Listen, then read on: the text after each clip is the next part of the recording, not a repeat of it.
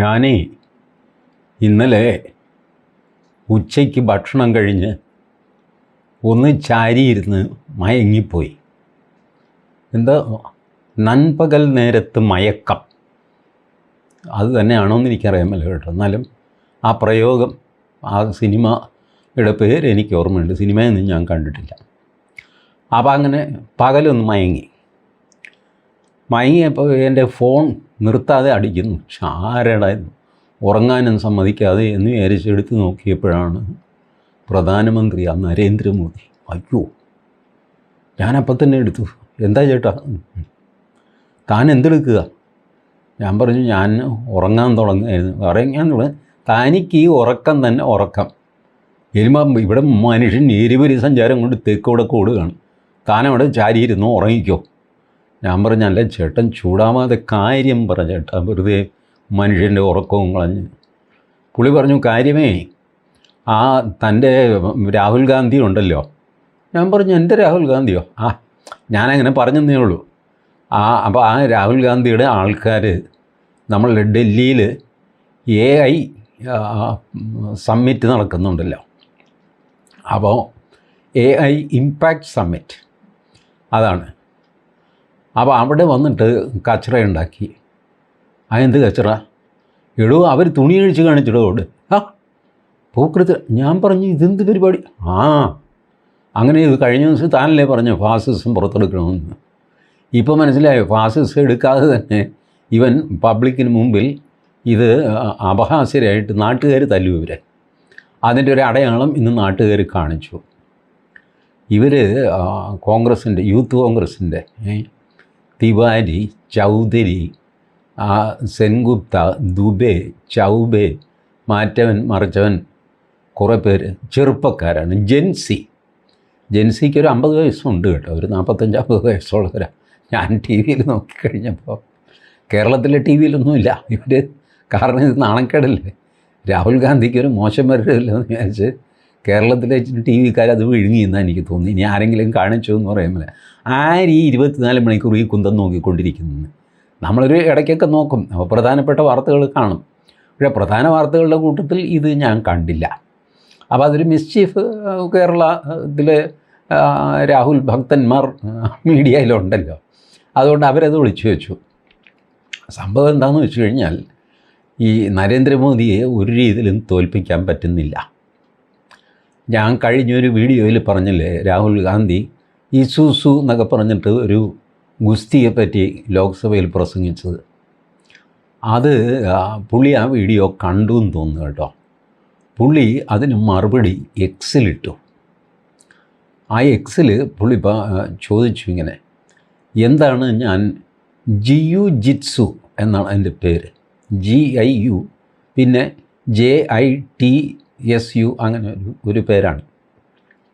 അത് ഏത് നാട്ടിലാണെന്ന് പുള്ളി അതിൻ്റെ ചില വിഷ്വൽസ് കാണിക്കുന്നുണ്ട്. ആൾക്കാർ കുത്തിമറിയുന്നു, ഈ കരാട്ടക്കാർ മറിയുന്ന പോലെ. ഒരുത്തൻ തല കുത്തിമറിയുന്നു, വേറൊരുത്തൻ അവൻ്റെ പുറത്തേക്ക് വീഴുന്നു, എന്തോ ഒരു ചെറിയ വിഷ്വൽ. അപ്പോൾ ഇതിൽ ഇങ്ങനെ അതിൻ്റെയാണ് ഈ ഗ്രിപ്പ്, പിന്നെ ചോക്ക്, പിന്നെ ടാപ്പ്. ഇതൊക്കെ കഴിഞ്ഞ വീഡിയോയിൽ ഞാൻ പറഞ്ഞിരുന്നു. എന്തുവായിക്കോട്ടെ, അത് പുള്ളി വിശദീകരിച്ച് തന്നു. മോഹൻദാസിനൊരു പ്രയാസം വേണ്ടാന്ന് വിചാരിച്ചിട്ടായിരിക്കാം പുള്ളി എല്ലാവർക്കും വേണ്ടിയിട്ട് അത് പുള്ളി ഇംഗ്ലീഷിലും ഇട്ടു, ഹിന്ദിയിലും ഇട്ടു. ഇനി മോഹൻദാസിന് ഞാൻ ഇംഗ്ലീഷ് അറിയാം, അല്ലെങ്കിൽ ഹിന്ദി കിടക്കട്ടെ എന്ന് വിചാരിച്ചിട്ട് ഹിന്ദിയിലും പുള്ളി അത് പോസ്റ്റ് ചെയ്തു.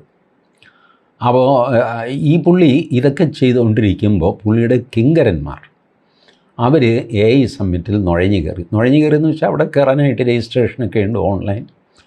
അതൊക്കെ ചെയ്തിട്ട് ഒരു 10-30 പേര് അങ്ങോട്ട് ചെന്നു. അവിടെ ചെന്നിട്ട് അകത്ത് കയറിയിട്ട് ഇവർ ടീഷർട്ട് അങ്ങ് അഴിച്ചു. ടീഷർട്ട് എന്നിട്ട് തിരിച്ചു. നമ്മൾ ബനിയൻ നമുക്ക് 2 രീതിയിലിടാമല്ലോ, ഒന്ന് നേരെ ഇടാം, ഒന്ന് അത് മലത്തിയെടുത്തിട്ട് റിവേഴ്സായിട്ട് ഇടാം. ഇതുപോലെ റിവേഴ്സ് ഇട്ട ടീഷർട്ടുമായിട്ടാണ് ഇവരകത്ത് കയറിയത്. അകത്ത് കയറി വീണ്ടും ഈ ടീഷർട്ട് റിവേഴ്സ് ചെയ്ത് കഴിഞ്ഞപ്പോൾ ടീഷർട്ടിൽ എഴുതി വച്ചിരിക്കുന്നു, ട്രംപ് മോദി കോംപ്രമൈസ്ഡ് PM എന്ന് വെളുത്ത ടീഷർട്ടിൽ ചുവന്ന അക്ഷരങ്ങളിലും കറുത്ത അക്ഷരങ്ങളിലും ഒക്കെ നെഞ്ചത്തിങ്ങനെ 2 ഫോട്ടോയും ഉണ്ട്, കോംപ്രമൈസ്ഡ് PM. ഇതാണ്. അപ്പോൾ ഈ ടീഷർട്ട് ഇവർ ഊരിയിട്ട് തിരിച്ച് ഇട്ടില്ല, വെറുതെ ഇങ്ങനെ തോളത്ത് പിടിച്ചുകൊണ്ട് ഇങ്ങനെ നടന്നു, അർദ്ധനഗ്നരായിട്ട് നടന്നു എന്ന് സാരം. അപ്പോൾ ഇത് കണ്ട് അവിടെ ഈ പ്രദർശനം കാണാനും പ്രസംഗം കേൾക്കാനും ഏത് ചില്ലറ കളിയാണ്. 118 രാജ്യങ്ങളാണ് അതിൽ പങ്കെടുക്കുന്നത്. അപ്പോൾ അതുകൂടാതെ 20 രാജ്യങ്ങളുടെ പ്രധാനമന്ത്രിയോ പ്രസിഡൻറ്റോ ആരാന്ന് വെച്ചാൽ അവർ വന്നു. അതുകൂടാതെ ഒരുപാട് ഡെലിഗേഷൻ അത് ഇതൊക്കെ വലിയ വലിയ സോഫ്റ്റ്വെയർ മറ്റേ ഗൂഗിളിൻ്റെ സുന്ദർ പിച്ചൈ ബടാ പാർട്ടികളാണ്. അപ്പോൾ അവരുടെയൊക്കെ പ്രസംഗം കേൾക്കാനും ഒക്കെ ആയിട്ട് ആളൊരുപാട് കൂടിയിട്ടുണ്ട്. മൊത്തം 3 ലക്ഷം പേര് കയറി ഇറങ്ങിപ്പോയെന്നും ഒക്കെ പറയുന്നു. എന്ത് വായിച്ചോട്ടെ, അത് അപ്രസക്തമാണ് ആ നമ്പറൊക്കെ. പക്ഷേ അവിടെ സ്റ്റോളിലും അവിടെ ഇവിടേക്കായിട്ട് ആളൊരുപാടുണ്ട്, കാണാൻ വന്നവരുമൊക്കെ ഉണ്ട്. ഈ പ്രാന്ത് കണ്ടു കഴിഞ്ഞപ്പോൾ ആൾക്കാർ കൂടി ഇവന്മാരെ പിടിച്ച് നല്ല അടിയും കൊടുത്തു. പോലീസ് വരുന്നതിന് മുമ്പേ നാട്ടുകാരുടെ തല്ലിക്കഴിഞ്ഞു. 1 or 2 റൗണ്ട് നാട്ടുകാരുടെ തല്ല് കിട്ടിക്കഴിഞ്ഞാണ് ഡൽഹി പോലീസ് അവിടെ എത്തുന്നത്. പിന്നെ ഡൽഹി പോലീസിന് കൈമാറി ഇവന്മാർ പോയി. അപ്പം ഞാനിത് സംഗതി മോശമാണ്. ഞാൻ രാഹുൽ ഗാന്ധിയെ വിളിച്ചു ചോദിച്ചു, എടോ താനിങ്ങനെ തെമ്മാടിത്തരമൊക്കെ അവിടെ അറേഞ്ച് ചെയ്തെന്ന് കേട്ടല്ലോ, തൻ്റെ ആൾക്കാരല്ലേ അത്? രാഹുൽ ഗാന്ധി പറഞ്ഞു, ഞാൻ എന്ത് ചെയ്യും, ഞാൻ ഒരു രീതിയിലും ഈ മോദിയെ ഒന്ന് എർത്ത് ചെയ്യാൻ ഞാൻ നോക്കിയിട്ട് പറ്റുന്നില്ല. ആദ്യം മോഹൻദാസെ ഉള്ള സത്യം പറയാനല്ല, ഈ AI സമ്മിറ്റ് നടക്കുന്നത് ഭാരത് മണ്ഡപം എന്ന വലിയ സ്റ്റേഡിയമാണ്, കവേർഡ് സ്റ്റേഡിയം, ഇൻഡോർ സ്റ്റേഡിയം എന്ന പോലെ വെച്ചു വലിയ പരിപാടികൾ നടത്താൻ ഉള്ളതാണ്. ഈ മണ്ഡപം എന്നുള്ള പേര് ഹിന്ദിയല്ല, മണ്ഡപ് എന്നല്ലേ വരേണ്ടത് ഹിന്ദിയിൽ ആണല്ലോ. ഞാൻ പറഞ്ഞത് ഹിന്ദിയിലാണെങ്കിൽ മണ്ഡപ് എന്നാണ്, പക്ഷേ മോദി അത് മണ്ഡപം എന്നിട്ടു. മണ്ഡപം ഒരു സംസ്കൃത വാക്കാണെന്നൊരു വിദ്വാൻ എന്നോട് പറഞ്ഞു. അപ്പം ഞാൻ എന്ത് ചെയ്തു, നേരെ സ്റ്റാലിനെ വിളിച്ചു. ഹിന്ദി മാത്രമല്ല സംസ്കൃതം അടിച്ചേൽപ്പിക്കാൻ പോവുകയാണ് മോദി എന്നൊക്കെ പറഞ്ഞ് അയാളെ ഒന്ന് ഇളക്കാം, കൂട്ട് വേണമല്ലോ എന്ന് വിചാരിച്ചിട്ട് ഞാൻ സ്റ്റാലിനോട് പറഞ്ഞു. സ്റ്റാലിൻ ഈ പറഞ്ഞ പോലെ ഇളകുകയും ചെയ്തു. മണ്ഡപം അങ്ങനെ സംസ്കൃതം അടിച്ചേൽപ്പിക്കാനൊന്നും പറ്റില്ല എന്നൊക്കെ പറഞ്ഞ് സ്റ്റാലിൻ പറഞ്ഞു, വിടരുത് ചേട്ടാ, ഞാൻ കുറേ ആൾക്കാരെ അങ്ങോട്ട് വിടാമെന്നൊക്കെ പറഞ്ഞ് സംഭവം ചൂടായി. ഞാൻ മോദിയെ വിളിച്ച് ഒരൊറ്റ വരട്ടി ഞാൻ പറഞ്ഞു, മോദി താൻ തീർന്നടോ, താൻ തീർന്നു, തൻ്റെ കഥ കഴിഞ്ഞു, താൻ സംസ്കൃതം അടിച്ചേൽപ്പിക്കാൻ പോകണല്ലേ? അതെന്ത് സംസ്കൃതം അടിച്ചേൽപ്പിക്കാൻ? താൻ ഭാരത മണ്ഡപം എന്നല്ലേ പേരിട്ടത്? അതെ, മണ്ഡപം എന്നുള്ള വാക്ക് സംസ്കൃതമല്ലേ? മണ്ഡപം എന്നുള്ള വാക്ക് തമിഴാണ്. തമിഴോ? ആര് പറഞ്ഞു? ഞാൻ സ്റ്റാലിനോട് ഇപ്പോൾ സംസാരിച്ചതാണല്ലോ. താൻ സ്റ്റാലിനോട് തന്നെ ചോദിക്കുക. മണ്ഡപം തമിഴ് വാക്കാണ്. മണ്ഡപം എന്ന് പറഞ്ഞ സ്ഥലമുണ്ട് തമിഴിൽ. അവിടെ രാമേശ്വരത്തിൻ്റെ ഇക്കരെ മണ്ഡപം, അക്കരെ രാമേശ്വരം, അങ്ങനെയാണ് സ്ഥലങ്ങളുടെ കിടപ്പ്. ഇതൊന്നും അറിയാമല്ലേ, താൻ ചുമ്മാ എൻ്റെ നിനക്ക് തട്ടിക്കരുത്. അപ്പോൾ രാഹുൽ ഗാന്ധി വീണ്ടും സ്റ്റാലിനെ വിളിച്ചു. എടോ, മണ്ഡപം എന്ന് പറഞ്ഞാൽ തമിഴ് വാക്കാണെന്ന് പറയുന്നു മോദി. തമിഴിൽ അങ്ങനൊരു വാക്കുണ്ട് കേട്ടോ, തമിഴിലും ഉണ്ട് മണ്ഡപം, കല്യാണ മണ്ഡപം എന്നൊക്കെ. ഇപ്പോഴാണോ തനിക്ക് ബോധം വരുന്നത്? തൻ്റെ അവിടെ മണ്ഡപം എന്ന് പറഞ്ഞൊരു സ്ഥലമുണ്ടല്ലോ. സ്ഥലമുണ്ടോ? എടാ ചിന്നയ്യ, പൊന്നയ്യ, ഇവിടെ എടാ മണ്ഡപം എന്ന് പറഞ്ഞൊരു സ്ഥലമുണ്ടോ തമിഴ്നാട്ടിൽ? ഉണ്ടയ്യ എന്ന് പറഞ്ഞു അവർ. അപ്പോൾ ഇന്ന സ്ഥലത്താണ്, രാമേശ്വരത്തിനടുത്താണെന്നൊക്കെ പറഞ്ഞ് സംഗതി ആകെ ചീറ്റിപ്പോയി. ഇപ്പോൾ എന്തു ചെയ്യും? സ്റ്റാലിൻ പറഞ്ഞു, താൻ എന്തെങ്കിലും ചെയ്യും, എനിക്ക് 2026 തിരഞ്ഞെടുപ്പ് വരികയാണ്, എനിക്ക് സമയം ഒട്ടുമില്ല.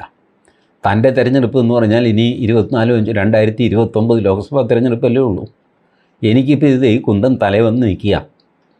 മോദിയാണെങ്കിൽ ഇതുപോലത്തെ കളി കളിക്കുന്നു. ടെക്നിക്കലി അയാൾ പറഞ്ഞ് സംസ്കൃതമാണെങ്കിൽ സംസ്കൃതമാണ്, സംസ്കൃതത്തിലും മണ്ഡപമുണ്ട്, മലയാളത്തിലും മണ്ഡപമുണ്ട്, തമിഴിലും മണ്ഡപമുണ്ട്. ഇതെന്ത് ചെയ്യും? മണ്ഡപം കൊണ്ട് തന്നെ വിഷമിച്ചു. അപ്പോൾ അങ്ങനെ ഇരുന്ന് കഴിഞ്ഞപ്പോൾ രാഹുൽ ഗാന്ധിക്ക് ദേഷ്യം തീർക്കണ്ടേ? അതിനെന്ത് മാർഗം എന്ന് സ്റ്റാലിനോട് ചോദിച്ചു കഴിഞ്ഞപ്പോൾ സ്റ്റാലിൻ തനി നാടൻ മാർഗം പറഞ്ഞു കൊടുത്തു. സ്റ്റാലിൻ പറഞ്ഞു, ഞങ്ങളുടെ നാട്ടിലൊക്കെ ഇത്രയൊക്കെ ആയിക്കഴിഞ്ഞാൽ ഒരു രീതിയിലും ജയിക്കാൻ പറ്റിയില്ലെങ്കിൽ പിന്നെ ചെയ്യുന്നത് മുണ്ട് പൊക്കി കാണിക്കലാണ്. തനിക്കത് ചെയ്യാമെങ്കിൽ ചെയ്തോ എന്ന് പറഞ്ഞ് ഫോണും കട്ട് ചെയ്തു. ഞാൻ നോക്കിയപ്പോൾ ഇവിടെ മുണ്ടെടുക്കുന്ന ആൾക്കാരുണ്ടോ ഡൽഹിയിൽ, എല്ലാവരും പാൻറ്റുകാരാണ്. പിന്നെ നോക്കിക്കഴിഞ്ഞപ്പോൾ ബെർമുഡ ഇട്ട ആൾക്കാരുണ്ട്. ഇപ്പോൾ ഈ ബെർമുഡ എന്ന് പറഞ്ഞ് നിക്കറുണ്ടല്ലോ, ഞാനിതിനെയൊക്കെ നമ്മൾ പഴമക്കാരൻ നിക്കറെന്നാണ് ഇതിനെ വിളിക്കുന്നത്. ഇപ്പോൾ അതിന് പേര് ബെർമുഡ. എന്തു ആയിക്കോട്ടെ, 75 വയസ്സായ അപ്പൂപ്പൻ പോലും ഈ നിക്കറും ഇട്ട് റോഡിൽ കൂടെ നടക്കുന്ന കമ്പ് പോലത്തെ കാലുമൊക്കെ ആയിട്ട് എനിക്കറിയാം, അശ്ലീലമായ കാഴ്ചയാണ്. പക്ഷേ ഇപ്പോൾ തലേവിധി എന്ത് ചെയ്യാൻ പറ്റും? ഏതായാലും ബെർമുഡ ഇട്ടവനും പാൻ്റ് ഇട്ടവനും കൂടെ ഈ പദ്ധതി ഉണ്ടാക്കി മറ്റേ ടീഷർട്ട് അച്ചടിക്കാൻ കൊടുത്തു. PM കോംപ്രമൈസ് എന്ന് പറഞ്ഞു. ട്രംപിൻ്റെയും മോദിയുടെയും പടവും അച്ചടിച്ചു. ധൃതിക്ക് നോക്കിക്കഴിഞ്ഞപ്പോൾ ട്രംപിൻ്റെ പടം കിട്ടിയില്ല. അപ്പോൾ അച്ചടിക്കാരൻ ചോദിച്ചു, ഇപ്പോൾ എന്ത് ചെയ്യും, ട്രംപ് ഏതാണ്? അപ്പോൾ അവർ പറഞ്ഞു, എടാ വെള്ളത്തലമുടിയുള്ള ഒരു സായിപ്പിൻ്റെ ഇതങ്ങ് അടിക്കാൻ പറ. അപ്പോൾ ഇതാര് നോക്കുന്നത്, ട്രംപാണോ ഗിംബാണോ? ഇതൊരു ഷോയല്ലേ. അങ്ങനെ കൈ കിട്ടിയ സായിപ്പിൻ്റെ, ട്രംപൊന്നും അല്ലാതെ കൈ കിട്ടിയ ഒരു സായിപ്പിൻ്റെയും പിന്നെ മോദിയുടെയും പടം വെച്ചടിച്ച് അകത്ത് കയറി ഈ ഊച്ചാളിത്തരം കാണിക്കുന്നതിന് മുമ്പേ നാട്ടുകാരെടുത്തിട്ടെന്ന് പെരുമാറി. വല്ല കാര്യമുണ്ടോ? തല്ല് വാങ്ങിയ ആവശ്യത്തിനായി പിന്നെ പോലീസ് കൊണ്ടുപോയിട്ട് എന്താ പാട്യാല കോർട്ടിലോ മറ്റോ ഹാജരാക്കി റിമാൻഡ് ചെയ്തിരിക്കുകയാണ് കക്ഷികളെ. നിസ്സാര കക്ഷികളല്ല. യൂത്ത് കോൺഗ്രസിൻ്റെ സ്റ്റേറ്റ് പ്രസിഡൻറ്റ്, ഈ സ്റ്റേറ്റ് പ്രസിഡൻറ്റ് ആരാ എന്ന് ചോദിച്ചിട്ട് ആർക്കും അറിയാൻ മേല. മല്ലികാർജുൻ ഖർഗെയോട് ചോദിച്ചു, പുള്ളി ഒരു പേര് പറഞ്ഞു, സീതാറാം ചൗധരി, UP കാരനാണ്. അപ്പോൾ അടുത്ത് നിന്ന് വേറൊരാൾ പറഞ്ഞു, അയാളെ മാറ്റിയില്ലേ കഴിഞ്ഞ മാസം? അയാളെ മാറ്റിയിട്ടില്ലേ നമ്മൾ മനീഷ് ശർമ്മയെ വെച്ച് മധ്യപ്രദേശിൽ? ഓ അങ്ങനെയാണ്. എന്തു വാങ്ങിക്കോട്ടെ. ഇപ്പോൾ ഇങ്ങനെ മല്ലികാർജുൻ ഖർഗെ ചോദിച്ചു, എന്തിനാണ് ഇതൊക്കെ ഇപ്പോൾ അന്വേഷിക്കുന്നത്? അല്ല, ഇങ്ങനെ മുണ്ടുപൊക്കി കാണിക്കാൻ തീരുമാനിച്ചിട്ടുണ്ട്, അതാണ്. അപ്പോൾ മല്ലികാർജുൻ ഖർഗെ പരിഭ്രമിച്ചു, എൻ്റെ മുണ്ട് വല്ലതും അഴിച്ചുകൊണ്ട് പോവുമോ? കാരണം പുള്ളി മുണ്ടുടുക്കുന്നത് വലിയ പാടാണ്. 3-4 പേര് കൂടെ ഉടുപ്പിക്കുകയാണ് പുള്ളിയെ. വൈക്കോൽ തുറു പോലെ ഇരിക്കുകയാണല്ലോ ആൾ. അപ്പോൾ ഒരറ്റം പുള്ളി പിടിക്കും, മറ്റേ അറ്റവുമായിട്ട് 2 പേര് പുള്ളിക്ക് ചുറ്റും നടന്ന് ഒരു കണക്കിനും പൊതിഞ്ഞ് കെട്ടി എടുക്കുകയാണ് പുള്ളിയെ. അങ്ങനെയാണ് പുള്ളി മുണ്ടെടുക്കുന്നത്. ഇത് അഴിഞ്ഞു പോയി കഴിഞ്ഞാൽ പുള്ളിക്ക് പിന്നെ ഒന്നും രക്ഷയില്ല. തുണിയില്ലാതെ നിൽക്കുകയല്ലാതെ പുള്ളിക്ക് മാർഗ്ഗമില്ല. കുനിയാൻ പോലും പറ്റില്ല, അത്ര വലിയ വയറുമുണ്ട്. പ്രായവുമായില്ല. ഞാനിത് പരിഹസിച്ച് പറയുകയല്ല. പ്രായമായവരെ നമ്മൾ നമ്മളല്ലേ ഉടുപ്പിക്കുന്നത്, അല്ലാതെ അവർക്ക് തന്നെ ഉടുക്കാൻ പറ്റില്ലല്ലോ. ഒരറ്റം പിടിച്ചാൽ മറ്റേ അറ്റം കിട്ടില്ല, ആകെ കൂടെ വിറച്ച് നിൽക്കുന്ന അപ്പൂപ്പൻ. അപ്പോൾ അങ്ങനെ അവർ ഈ അതുപോലെ ബൈക്കുൽത്തൂർ പോലെ വലിയ തടിയൊക്കെ ഉണ്ടെങ്കിൽ 2-3 പേര് കൂടെ ഈ അല്ലെ മുണ്ട് ഉടുപ്പിക്കാൻ പറ്റുള്ളൂ. ഈ ഗതികേടാണ് മല്ലികാർജുൻ ഖർഗെ. അപ്പോൾ പുള്ളി പേടിച്ചു. പുള്ളി പറഞ്ഞാടാ പിള്ളേരെ, എൻ്റെ മുണ്ടൊന്നും പറിക്കരുത്, വെറുതെ കച്ചറ ഉണ്ടാക്കരുത്, നീയൊക്കെ എന്തിനുള്ള പുറപ്പാടാണ്? അല്ല, അതൊക്കെ ചേട്ടൻ അവിടെ ഇരുന്നോ, മനസ്സിലായ കാര്യങ്ങളൊക്കെ ഞങ്ങൾ റെഡിയാക്കാമെന്ന് പറഞ്ഞ് പോയ പിള്ളേരാണ്. പോയി തല്യം മേടിച്ച് വശകേടായി, ഇപ്പോൾ ജയിലിലുമായി. ഇനി എപ്പോൾ തുറന്ന് വിടുമെന്നറിയാമല്ല. ഈ മനുഷ്യൻ നിരാശനാകുമ്പോഴേ ഒരുപാട് ഇതുപോലത്തെ കടുംകൈകൾ ചെയ്യും. അതാണ് രാഹുൽ ഗാന്ധിക്ക് സംഭവിച്ചിരിക്കുന്നത്. പക്ഷേ ഇപ്പോൾ ഒരിക്കൽ തുണി അഴിച്ച സ്ഥിതിക്കുണ്ടല്ലോ, ഇനി ആ ഉളുപ്പങ്ങ് മാറി. ഒറ്റത്തവണയേ ഇതിനൊക്കെ ഉളുപ്പുള്ളൂ. നിങ്ങൾ ശ്രദ്ധിച്ചിട്ടുണ്ടോ? മോഷണം, വ്യഭിചാരം, മദ്യപാനം, ഈ തുണിയുരിയൽ, ഇതൊക്കെ ഒറ്റത്തവണയേ നമുക്കതിൻ്റെ നാണക്കേടുള്ളൂ. ഒരു തവണ ചെയ്തു കഴിഞ്ഞാൽ നാണക്കേട് മാറി, പിന്നെ ചെയ്യാൻ ഒരു മടിയും ഉണ്ടാവില്ല. ആദ്യത്തെ തവണയാണ് ഈ നാണക്കേട്. അപ്പോൾ ഞാൻ ഈ SV വേണുഗോപൻ നായർ എന്ന് പറഞ്ഞ മലയാളത്തിൽ നല്ല ചെറുകഥകൾ എഴുതിക്കൊണ്ടിരുന്ന മനുഷ്യൻ, എനിക്ക് വളരെ ഇഷ്ടമായിരുന്നു. ആ മനുഷ്യൻ്റെ എല്ലാ ചെറുകഥകളും എനിക്ക് വളരെ ഇഷ്ടമാണ്. നല്ല ശൈലി, ചെറുതായിട്ടൊരു നർമ്മം ഒക്കെ കലർത്തി. അദ്ദേഹം കുറച്ചു കാലം മുമ്പ് എഴുതിയ ഒരു ചെറുകഥ, അതിൻ്റെ പേര് ഞാൻ മറന്നുപോയി. അതിൻ്റെ തീം ഏകദേശം ഇങ്ങനെയാണ്. ഒരു പ്രൈമറി സ്കൂളിൽ ഹെഡ് മാസ്റ്റർ, പുള്ളിയുടെ ദിനചര്യ രാവിലെ വീട്ടിൽ നിന്ന് ഇറങ്ങും, ഒരു പാടം ക്രോസ് ചെയ്ത് കഴിഞ്ഞാൽ റോഡായി, അവിടെ ഒരു മുറുക്കാൻ കടയുണ്ട്. വിശാലമായിട്ട് സാറൊന്ന് മുറുക്കും, തുപ്പും, വർത്തമാനമൊക്കെ പറയും. അപ്പോഴത്തേക്കും ബസ് വരും, സാറിന് പോകാം. ബസ്സിൽ കയറിപ്പോവും. വൈകുന്നേരം തിരിച്ച് ഇവിടെ വരും, ഇറങ്ങും, ഒന്ന് മുറുക്കും, പാടം ക്രോസ് ചെയ്ത് വീട്ടിലേക്ക് പോകും. ഇതാണ് ദിനചര്യ. ഒരു ദിവസം രാവിലെ പുള്ളി പാടം ക്രോസ് ചെയ്തു, കടയുടെ അവിടെ എത്തി. ഭാസ്കര മുറുക്കാനെടുത്തോ എന്ന് പറഞ്ഞു. ഭാസ്കരനൊന്ന് പരിങ്ങി. കാര്യം എന്താണെന്ന് വെച്ചാൽ സാറ് മുണ്ടുടുത്തിട്ടില്ല. ഷർട്ട് മാത്രമേ ഇട്ടിട്ടുണ്ട്, പക്ഷെ മുണ്ടുടുത്തിട്ടില്ല. പിന്നെ ഈ പഴയ സാറന്മാരുടെ ഷർട്ടായതുകൊണ്ട് ഇച്ചിരി ഇറക്കം കൂടുതലാണ്. അതുകൊണ്ട് വേറെ കുഴപ്പമൊന്നുമില്ല, പക്ഷെ മുണ്ടില്ല. അതൊരു പ്രശ്നമല്ലേ. അപ്പോൾ ഇയാൾക്ക് പരിഭ്രമമായി, മുറുക്കാൻ കടക്കാരന്. എന്താടാ മിഴിച്ച് നിൽക്കുന്നത്, മുറുക്കാനിട എന്ന് പറഞ്ഞു സാറ്. അപ്പോൾ ഇയാൾക്ക് ഒന്നുകൂടെ പരിഭ്രമമായി, ദേഷ്യപ്പെടുകയും കൂടെ ചെയ്യുന്നു. എന്തോ മാനസിക പ്രയാസമുണ്ട്. അയാൾ കൈകൊണ്ട് മുറുക്കാൻ എടുക്കുന്നുണ്ട്, അതിൻ്റെ കൂടെ കൈകൊണ്ട് എതിരെയുള്ള കടയിലെ ഒരുത്തിന് സിഗ്നൽ കൊടുത്തു. അവൻ വന്നു കഴിഞ്ഞപ്പോൾ പരുവക്കേടാണ്, സാറ് മുണ്ടില്ലാതെ നിൽക്കുക. അപ്പോൾ അയാൾ എന്ത് ചെയ്തു, സാറേ വാ എൻ്റെ വീട്ടിലൊന്ന് കയറിയിട്ട് പോകാം. പുള്ളി പറഞ്ഞു, എനിക്ക് പള്ളിക്കൂടത്തിൽ പോകാനുള്ള, നിൻ്റെ വീട്ടിൽ കയറാൻ എനിക്കിപ്പോൾ നേരമില്ല. സാറ് വാന്നേ എന്ന് പറഞ്ഞ് കൈക്ക് പിടിച്ച് വലിച്ചു. സാറ് കൈ കുടഞ്ഞു, പോക്കൃത്തരം കാണിക്കുന്നത്, എനിക്ക് പള്ളിക്കൂടത്തിൽ പോകാനുള്ളതാണ്. അപ്പോൾ ഇവർക്ക് ഉറപ്പായി സാറിന് ഭ്രാന്താണ്, മുണ്ടില്ല, തൊട്ടാൽ ദേഷ്യപ്പെടുകയും ചെയ്യുന്നു. ആൾ കൂടി. സാറ് ഇതെന്താ സംഭവം എന്നറിയാൻ മേലെ അത് സാറ് ഓടി. അപ്പോഴങ്ങനെയാണ് തോന്നിയത്, ഓടാൻ നേരത്ത് മുണ്ട് മടക്കി കുത്തണമല്ല. മുണ്ട് മടക്കി കുത്താൻ നോക്കിയപ്പോഴാണ് സാറിന് മനസ്സിലാകുന്നത് മുണ്ടില്ല. പക്ഷേ അപ്പോഴത്തേക്ക് പ്രശ്നം ഗുരുതരമായി. ആളുകൾ പിന്നാലെ ഓടി വരുന്നു. സാർ ഓടി ഏതോ ഒരു മരക്കൂട്ടത്തിനിടയിൽ, മുളം കൂട്ടത്തിനിടയിലോ ഒളിച്ചു. അവിടെ നിന്ന് ആരോ പിടിക്കാൻ എത്തിക്കഴിഞ്ഞപ്പോൾ അവിടെ നിന്ന് ഓടി. ചുരുക്കി പറഞ്ഞ് വൈകുന്നേരം വരെ അവിടെ ഇവിടെയൊക്കെ ഓടിയും പിടിച്ചുമൊക്കെ വൈകുന്നേരം ആയപ്പോൾ സാറ് വീട്ടിലെത്തി, നേരെ ഇരുട്ടി. അപ്പോൾ ഭാര്യ ചോദിച്ചു, എന്ത് പറ്റി? അപ്പോൾ പുള്ളി പറഞ്ഞു, ഇടി ഞാൻ മുണ്ടെടുക്കാൻ മറന്നുപോയി, അതുകൊണ്ട് നാട്ടുകാരിട്ട് ഓടിച്ചു, എനിക്ക് വട്ടാണെന്ന് പറഞ്ഞു. അയ്യോ എന്തൊരു കഷ്ടം പറഞ്ഞു. എന്ത് വാങ്ങിക്കോട്ടെ, സാറ് ഭക്ഷണമൊക്കെ കഴിച്ച് കിടന്നുറങ്ങി. പിറ്റേ ദിവസം രാവിലെ വീണ്ടും സാറ് സ്കൂളിൽ പോകാനായിട്ട് ഒരുങ്ങി. അപ്പോൾ ഭാര്യ പറഞ്ഞു, ഇന്നും മുണ്ടെടുത്തിട്ടില്ല നിങ്ങൾ ഇന്നലെയോ മറന്നു, ഇന്നെങ്ങനെ മറന്നു? പുള്ളി പറഞ്ഞു, എടി ഞാൻ മറന്നതല്ല, ഇന്നലെ മുണ്ടെടുക്കാതെ പോയി കഴിഞ്ഞപ്പോൾ എൻ്റെ ആ ഉളുപ്പങ്ങ് പോയി. മുണ്ട് എന്ന് പറയുന്നത് ഇത്രയേ ഉള്ളെന്നും അതില്ലെങ്കിൽ ഇത്രയേ വരാനുള്ളൂ എന്നും എനിക്ക് മനസ്സിലായി. നാട്ടുകാർക്കും മനസ്സിലായി മുണ്ടില്ലാതെയും ഈ സാറ് നടക്കും എന്ന് അവർക്കും മനസ്സിലായി.